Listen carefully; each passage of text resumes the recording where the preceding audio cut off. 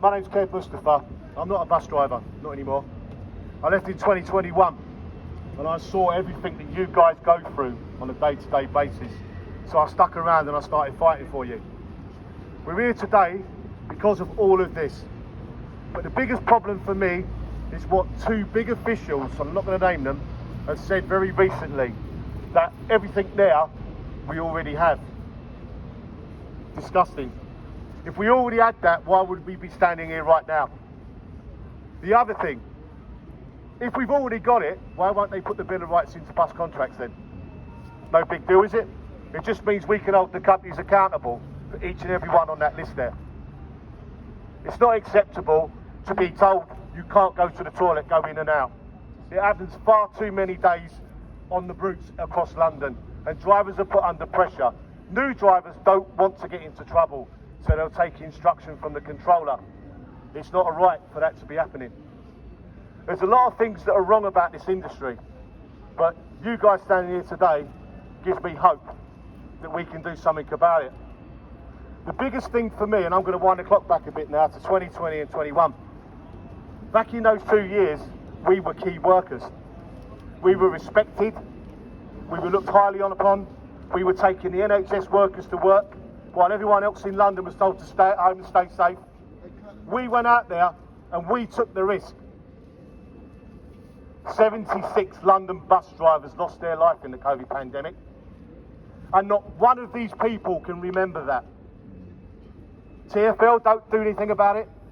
Unite haven't done anything about it, Kaz. Maybe we need to look at that. And the bus companies do nothing about it because they want to sweep it under the carpet and forget it ever happened. It's not acceptable to be treated like this. I'm going to do an impersonation for you. You tell me who it is. I don't know a London bus driver who wants to finish late. I don't know a London bus driver who wants to come off his meal relief and lose his meal relief. Anyone know who that was? Yeah, 5 years ago. Well, we're back here today and we're going to make this happen. You guys are great standing with us. We really respect and appreciate you for this. So we're going to carry on fighting. We are going to push this through the London Assembly. We are going to keep pushing our buttons on at Parliament, and we are going to fight. This ain't going to end until we get what we want. Now, I'd like to end today doing something that hasn't been done for the last 5 years. I'd like to hold a minute's silence for the 76 London bus drivers that lost their life in London whilst driving through the COVID pandemic. And also remember drivers that we've lost over the last 5 years. So could you join me please in 1 minute's silence? Thank you. I've had enough of working 9 days in a row.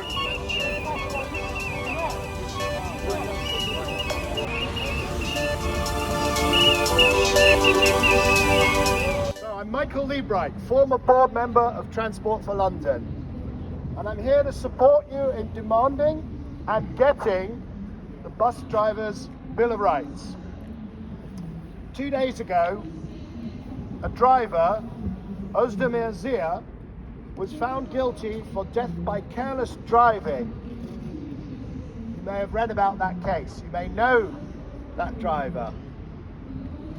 Now, of course, my heart goes out to the woman who was killed in that accident, Edna McLean, 83 years old, and her family. But my heart goes out also to Özdemir Zia, the driver. He is also a victim. When I was on the board of Transport for London, 6 years, 2012, I got on the board, I very quickly learnt to decode the news coverage when somebody is killed by a bus. And the code is very simple.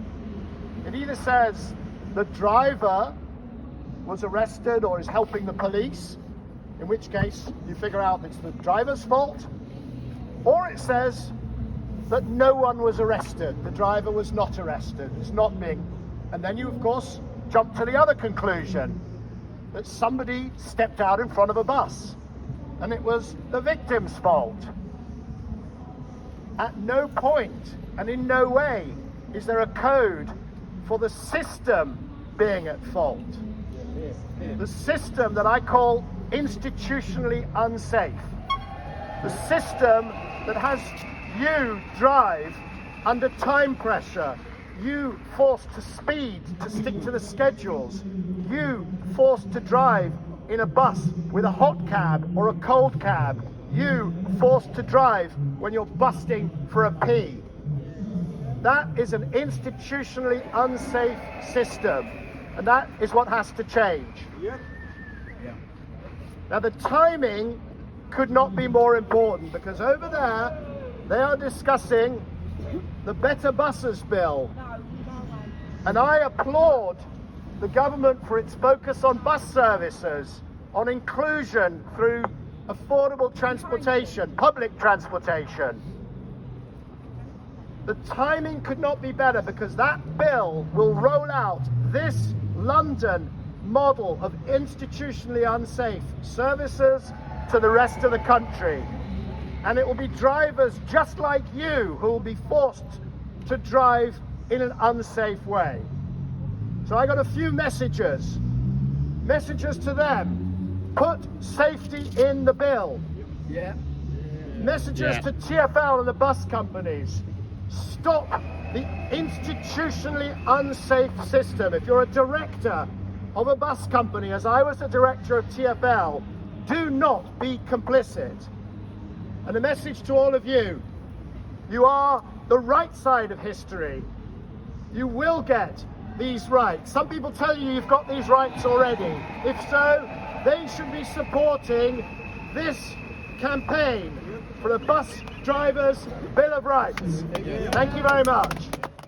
I have some good news and some bad news. What's the good news? Well, according to a mayor's question answered by the mayor this month, you already have all the rights to the Bill of Rights. So the question now we'll ask is, where the fuck are they? Bad news. The bus services bill, which Michael mentioned, is in front of Parliament now, and yesterday 4 amendments have been drafted by bus drivers and put in front of the House of Lords. The 4 amendments, the first one is ensuring that the people contracting and enforcing bus contracts for the local authorities across the United Kingdom are qualified to do so with nationally accredited safety qualifications. Last night at 5 p.m., when presented with this amendment on the bill, the minister, former TfL commissioner Peter Hendy, now the minister, said it would cost too much money to train people to be qualified in safety, and so he rejected it.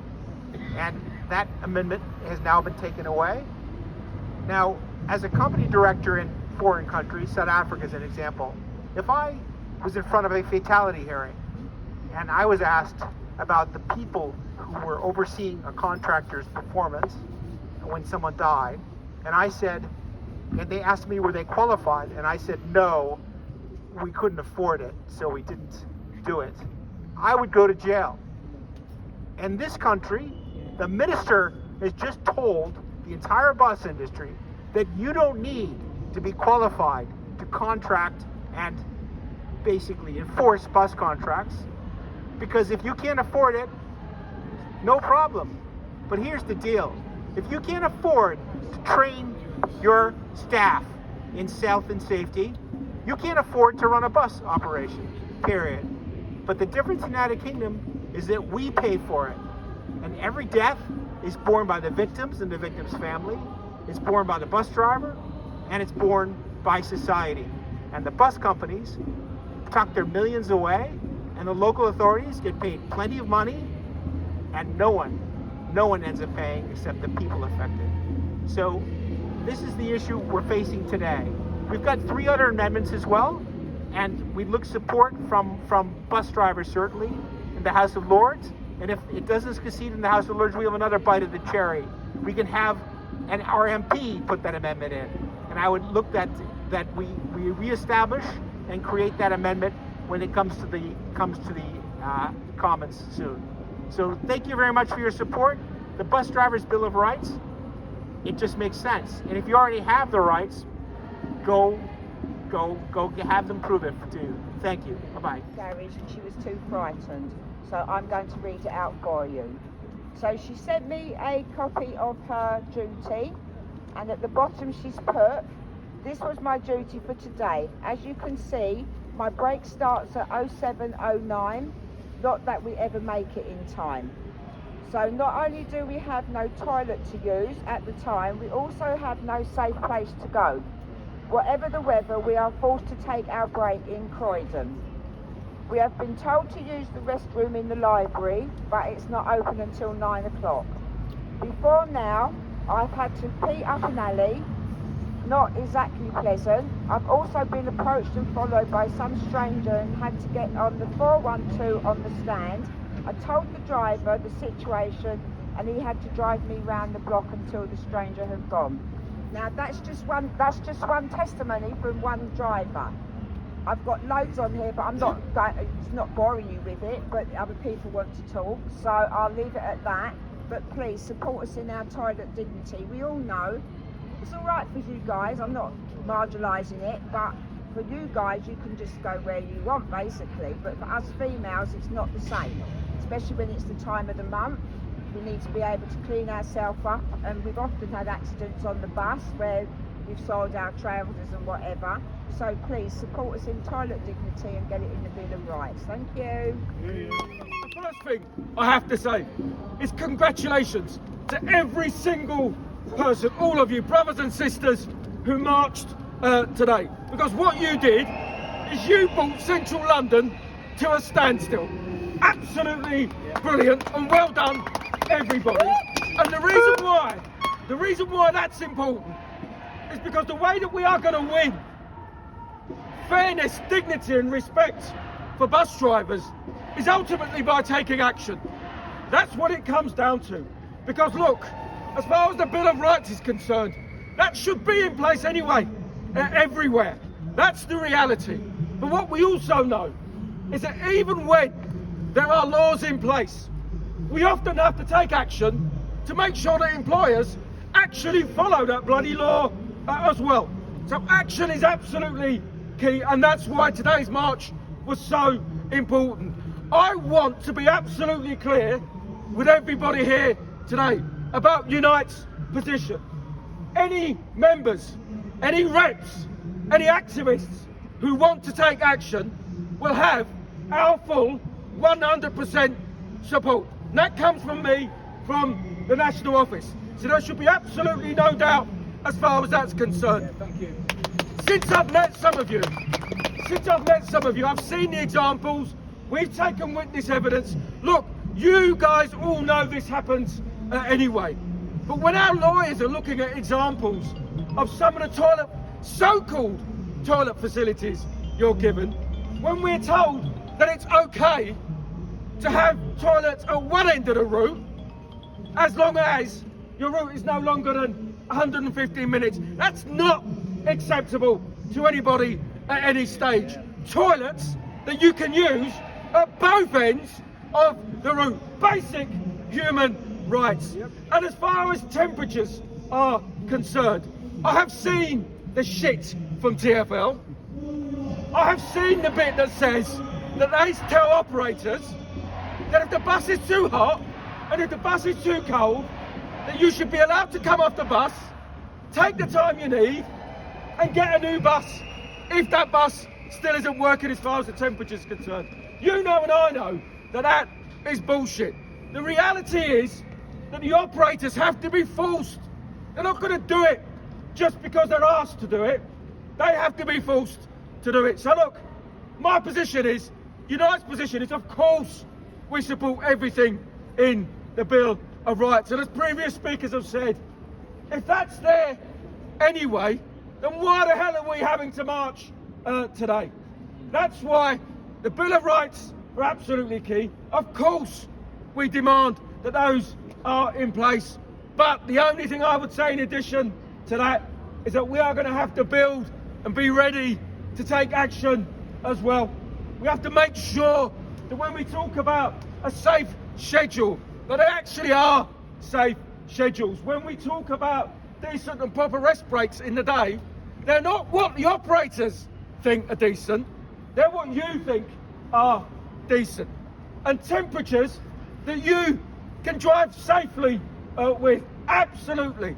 And as previous speakers have said, these are fundamental, basic human rights. So be under no doubt, you have our full 100% support, and well done today. You brought London to a standstill, and will continue to do that until you get what you rightly deserve. My name's Peter Skinner. For those of you who don't know me, I know most of the people here, I think. I'm a bus rep for Green Bus Garage. I'm also an activist. I started campaigning many years ago. We had this campaign, it got shut down. We've had a fatigue campaign, it got shut down. I've been at many union meetings since where our lead officer is telling us that we need to do something about fatigue. They've done nothing.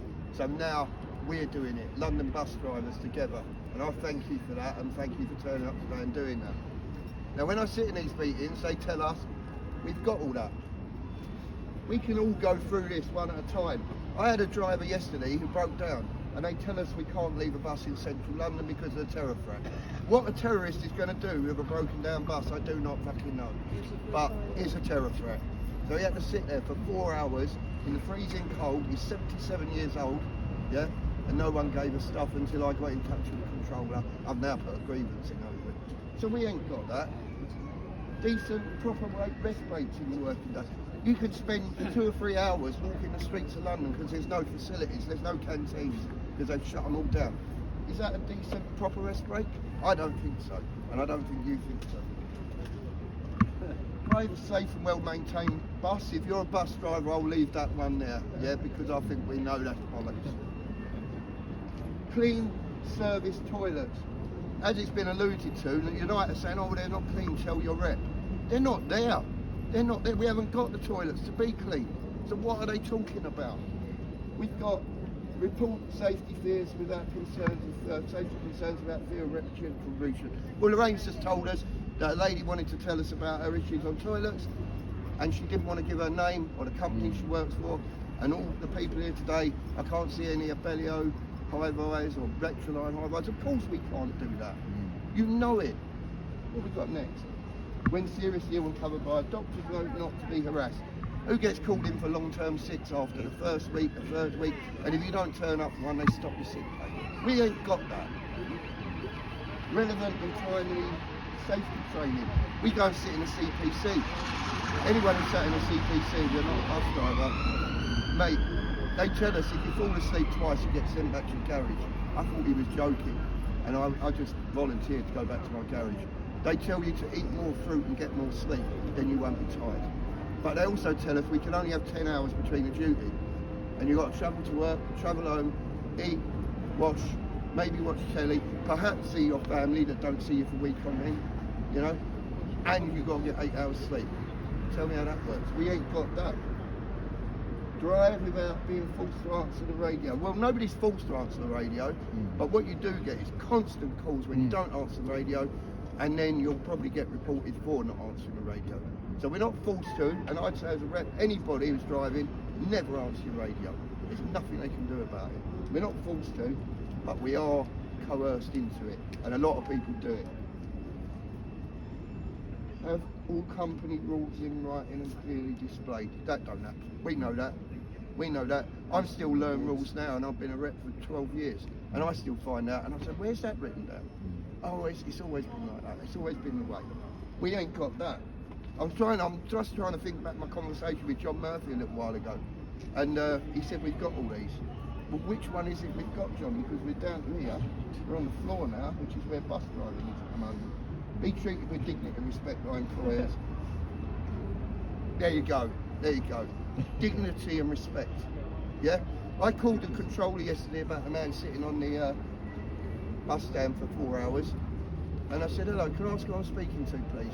He said, the controller. Yeah. And then he said, so who are you? So I said, I'm the union rep then. I said, you know, is that dignity and respect to ask someone to give you their name and just expect them to just give you their name?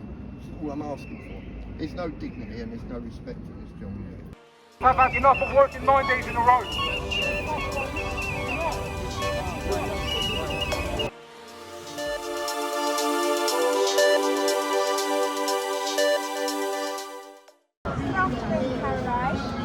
Good afternoon, Lorraine. Please can you accept this on behalf of all the London bus drivers, 27,000 petition for the Bill of Rights. Hopefully you'll pass it on to Parliament for us. I am going, hello everyone, I'm Caroline Russell, I'm a Green Party London Assembly member. I'm here on behalf of Jenny Jones, who is a Green person in the House of Lords over there, and she has been working on getting bus driver rights into these bills that are going through Parliament at the moment. So I will absolutely take this on behalf of Jenny, and just hearing the things that I've heard about today while we have walked over from Victoria, the need for bus drivers' rights to be written into law is absolutely critical for the well-being of bus drivers and for the well-being and safety of all the people in the cities where those buses are being driven. So thank you, all of you, for everything you have done today and every day in terms of standing up for bus driver rights, standing up for safety, and standing up for a better future. Thank you very much. Oh, absolute pleasure. Thank you. And I can't go without saying well done for standing up for toilet dignity. Absolutely. Toilets are absolutely critical. And I have been pushing the mayor to bring in more toilets in London. It is such a basic thing. We all need a toilet, and you are a superstar for taking that, flying that flag.